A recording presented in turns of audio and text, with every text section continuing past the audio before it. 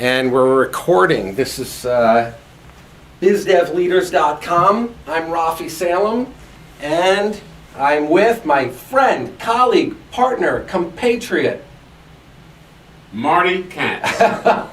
You thought I'd never say that. And we're also recording and filming. And today we have a special guest. Now, I'm going to try to get this right. It's a very complicated name, but I'm going to say it. Slater.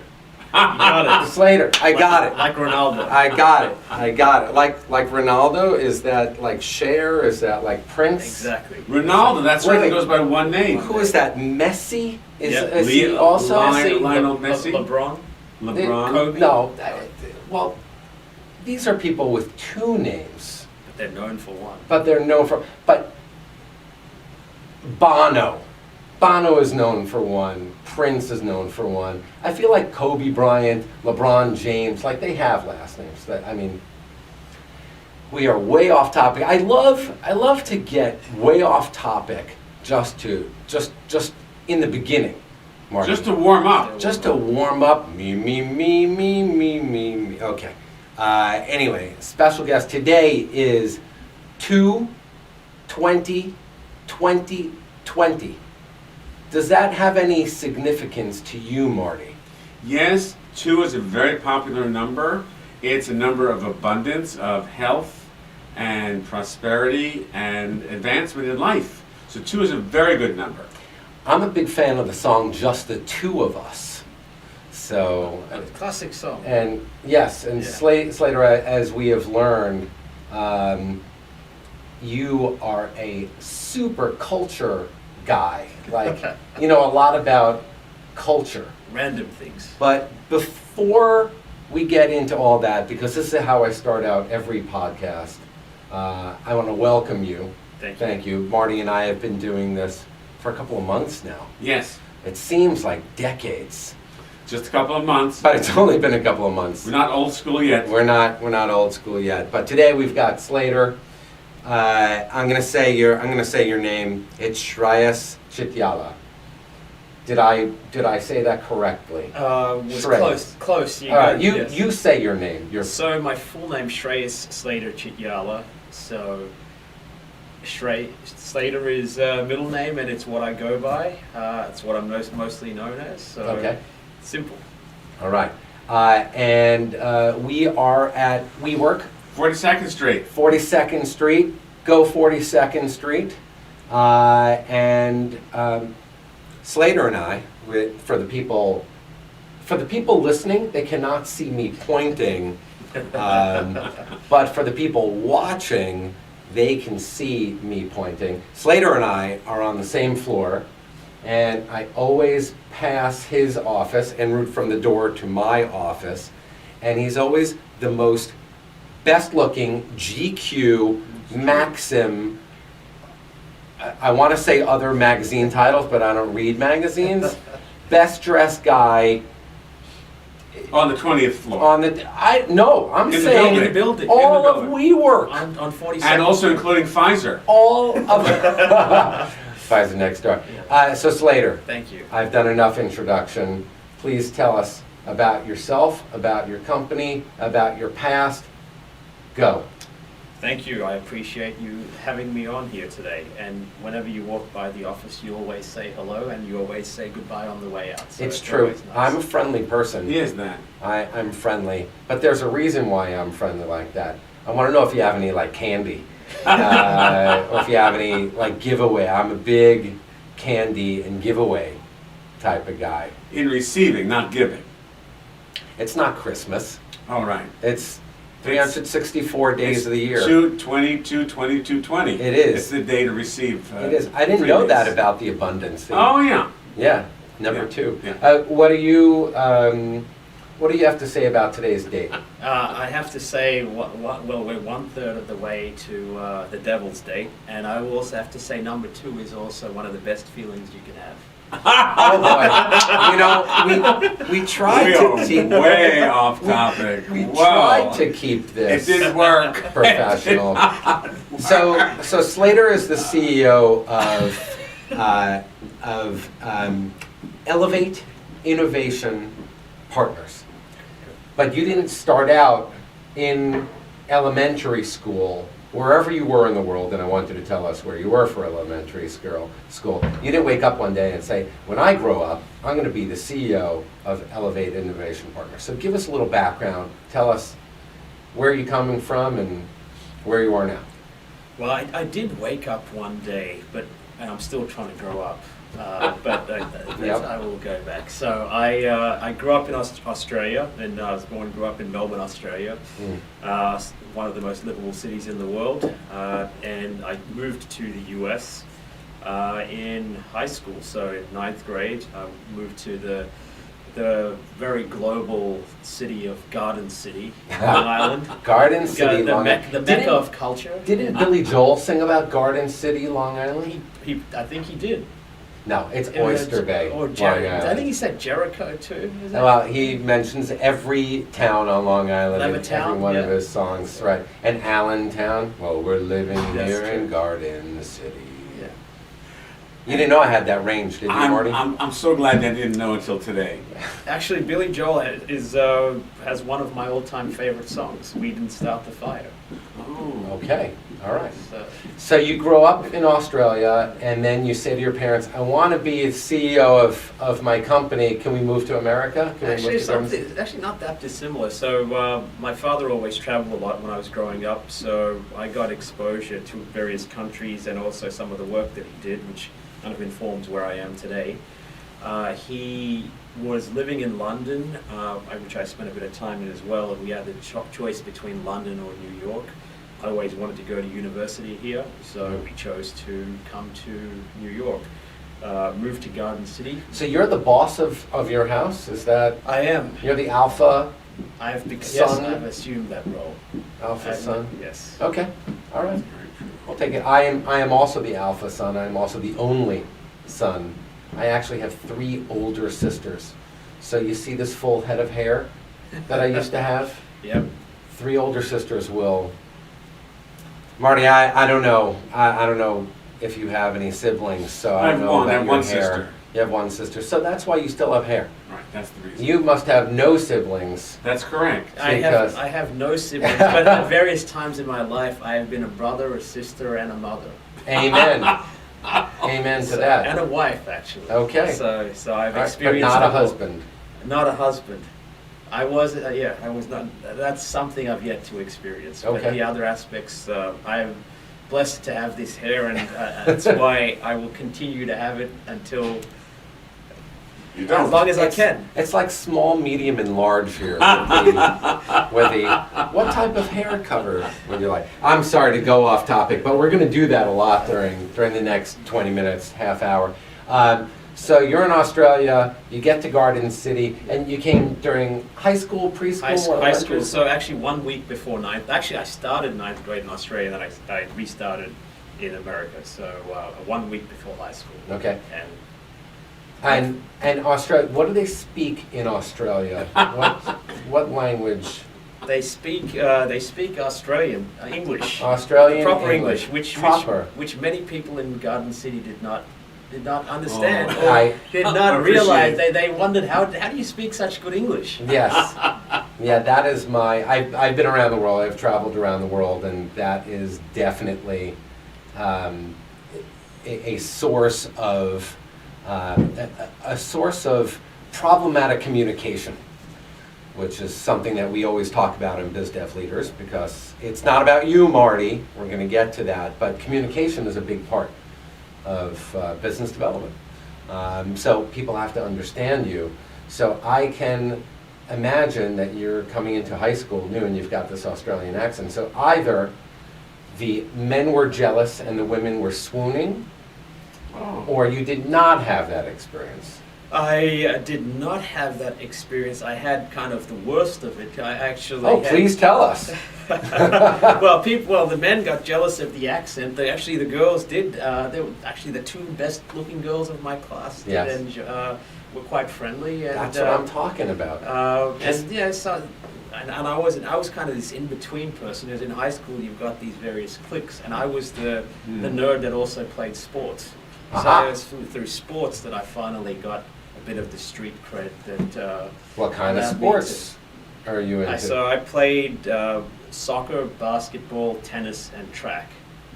So event for all, so a sport every season, but I played tennis as well at club level, and that's kind of what gave me a focus and allowed me to use my time, because coming into a new place in 9th grade, especially when you've grown up overseas and coming into a place like Long Island, especially Garden City, where people have grown up together and not had,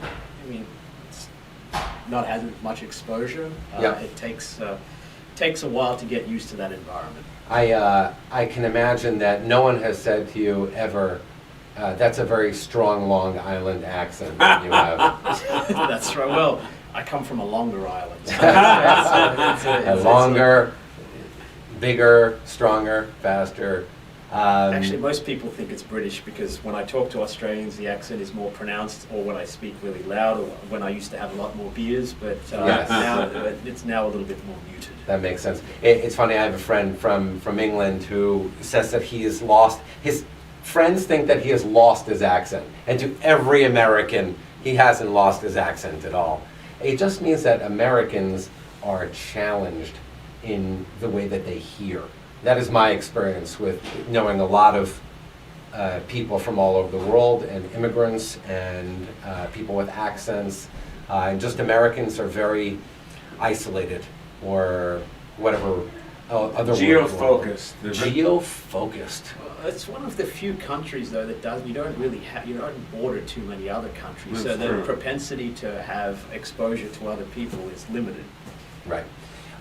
So Slater, you're in high school. You get out of high school. So you went to university. Yes, so I went to university. I went to Columbia. I studied economics and industrial engineering. Actually, when I grew up, I wanted to originally become an astronaut, a space scientist. Of course you did. And then New York corrupted me, so I got the influence got of the financial bug. Well, actually, I went from astronaut to wanting to be an automotive engineer, to wanting to work on mobile phones, to finally finance. And that's the way that your life is supposed to take you. You're supposed to have a lot of interest. I mean, did you ever want to be a fireman when you grew up, Marty? No. Policeman? No. What did you want to do when you were 5, Marty? Let's see now. I think I wanted to be a chef. A chef at such a young age? At such a young age, I wanted to be a chef at a French restaurant. All right, that means that your mother was in the kitchen, and you loved being in the kitchen with your mother. No, not really. I loved being in the garden with my father. In the what? Garden. In the garden. The garden was not in Garden City, but we had our own garden. It's a good point. It's a good point. And then you would like to take these vegetables and roast them and saute them. So back to you, Slater. So we are.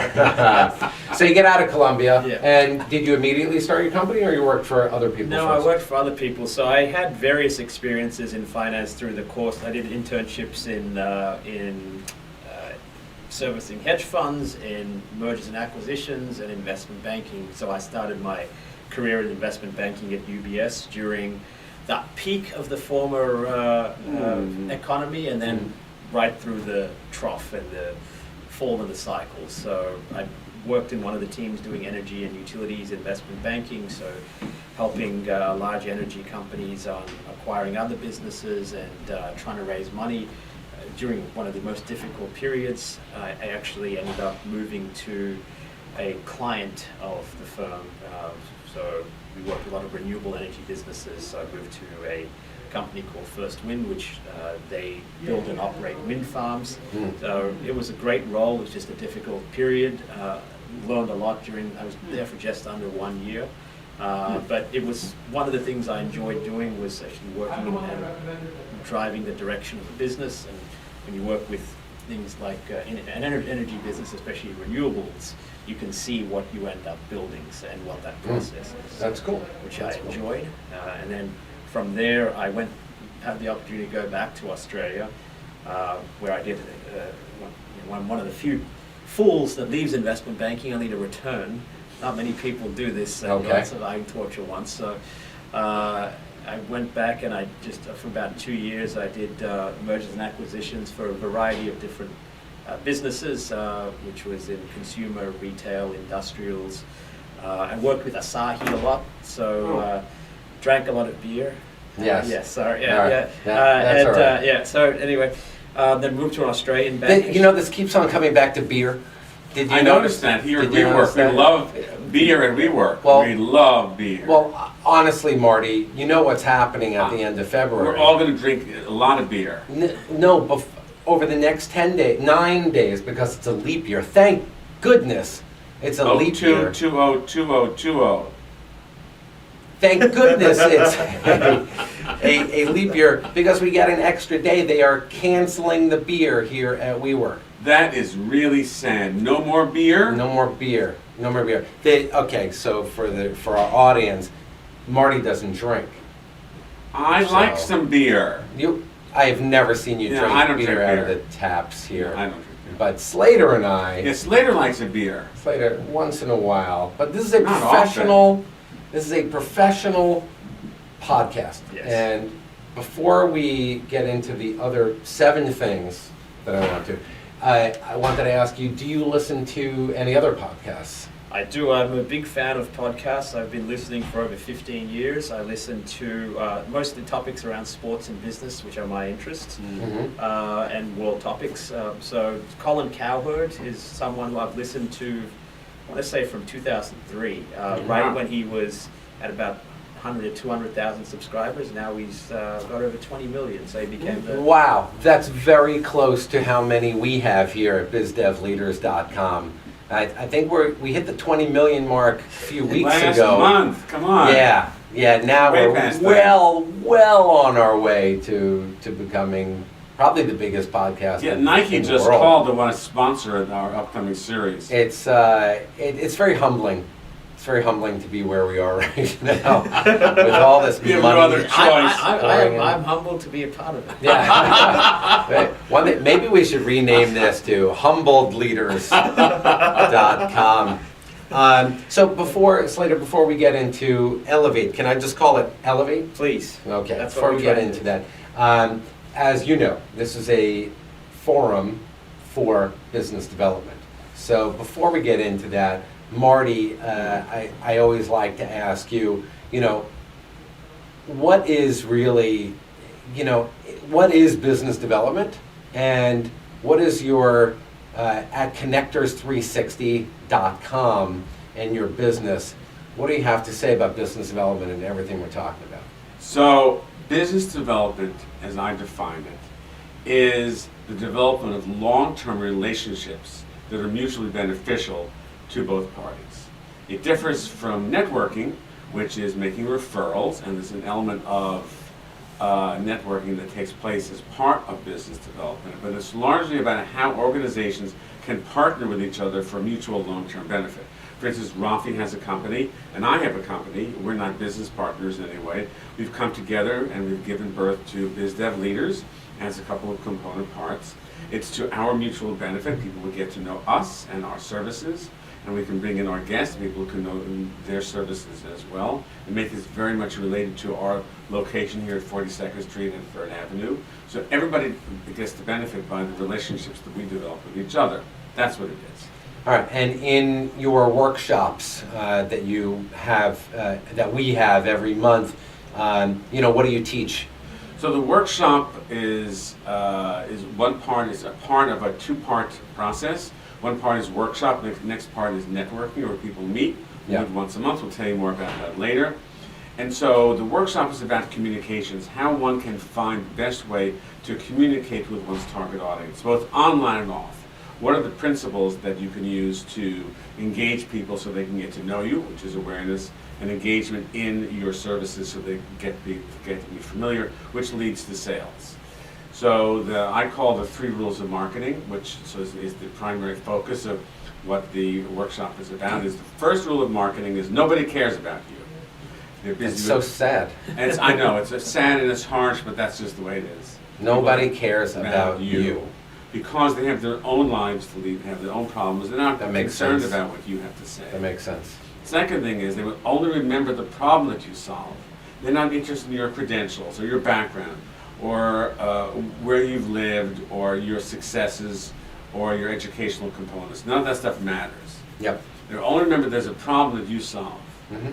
And that's what all they can remember. And the third thing is they won't do the work to figure it out. There's a long list of services and procedures that you talk about in your personal interactions or online communications.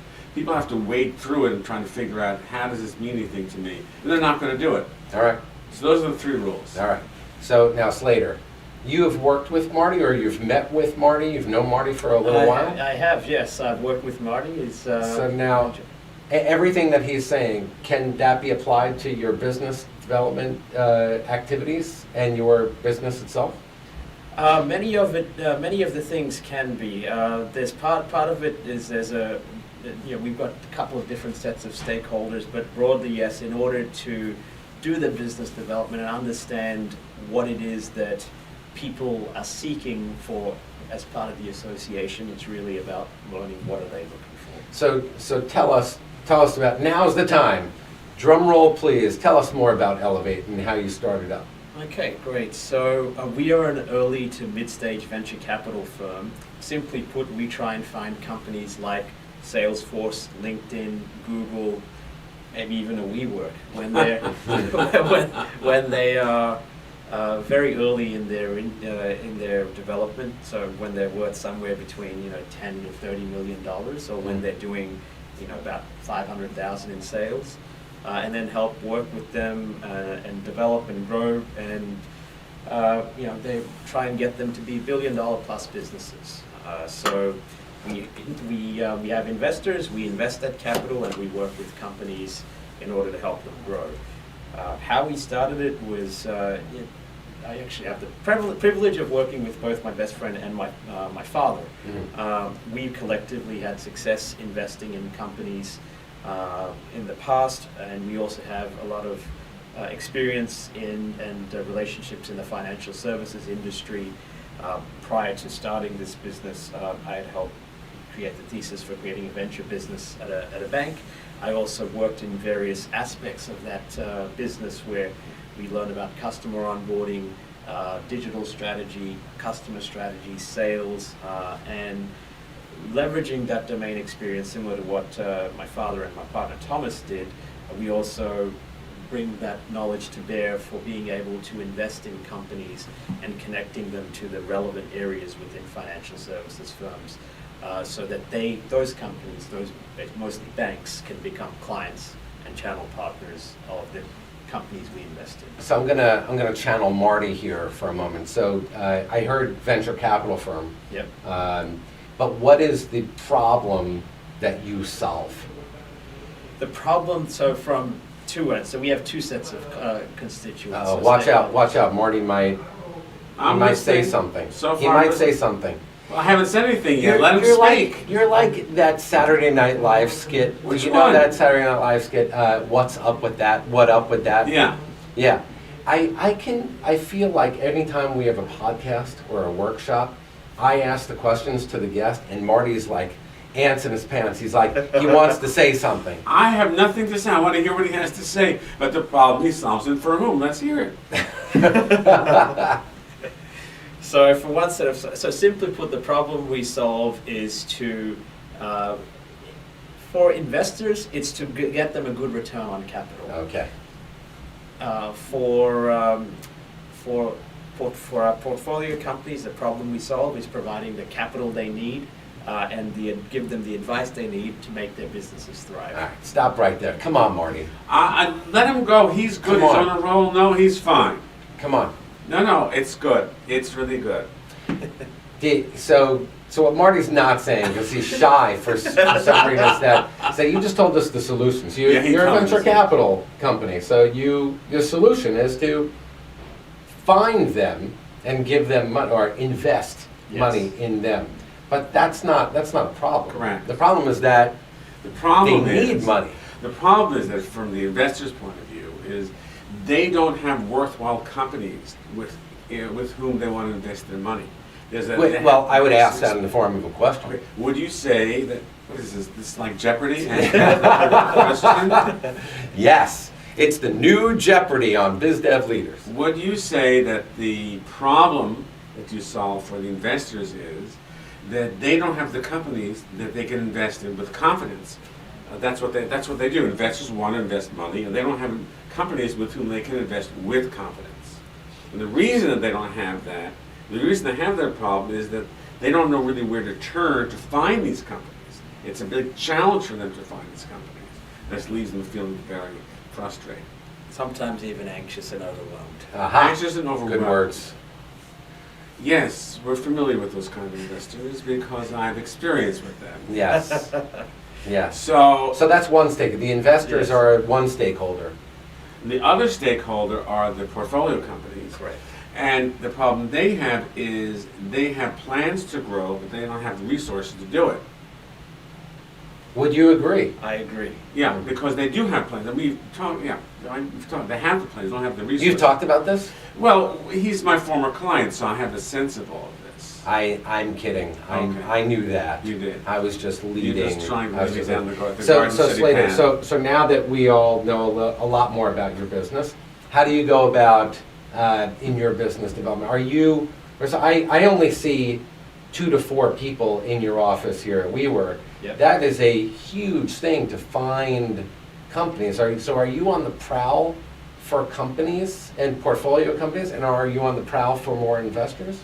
Yes, that's always. So as a fund manager, there's 3 or 4 tasks that we're always involved with, and at various points in time you have a different focus. So raising money from investors, finding doing due diligence and sourcing companies to invest them in, then helping those companies with their growth, and then managing the stakeholders in that process. So that's why you're busy all the time. that's correct. And so we do have a core team of about 6 people and a broader team of another 4 or 5 that help us on various matters. So we're split between New York, Charlotte, Orlando, Dubai, and Bangalore. Oh, wow. I did not see that in the New York office, that you had all these relationships all over the country and all over the world. Correct. So just to give a sense, we have over 50 investors, and we globally, and we have 60 companies for which we have a direct or indirect interest in.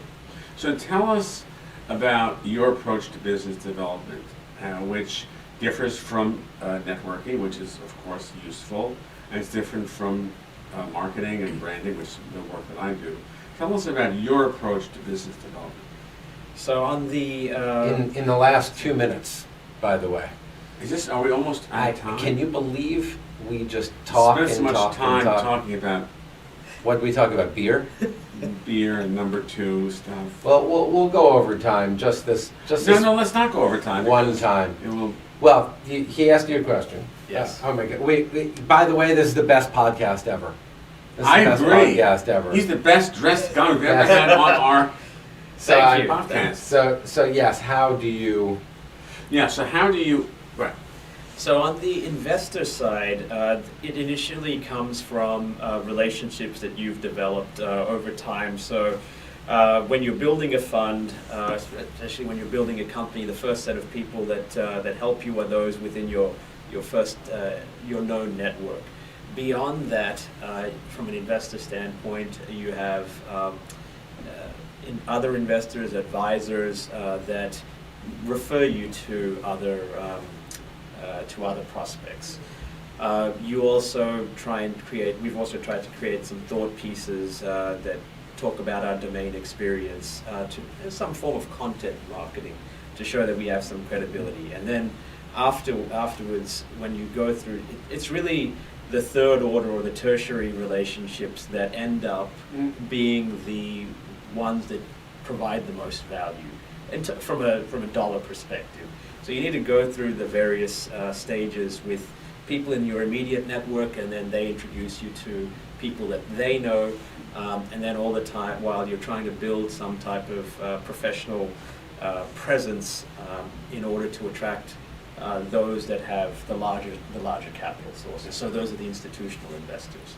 On the company side, we have partnerships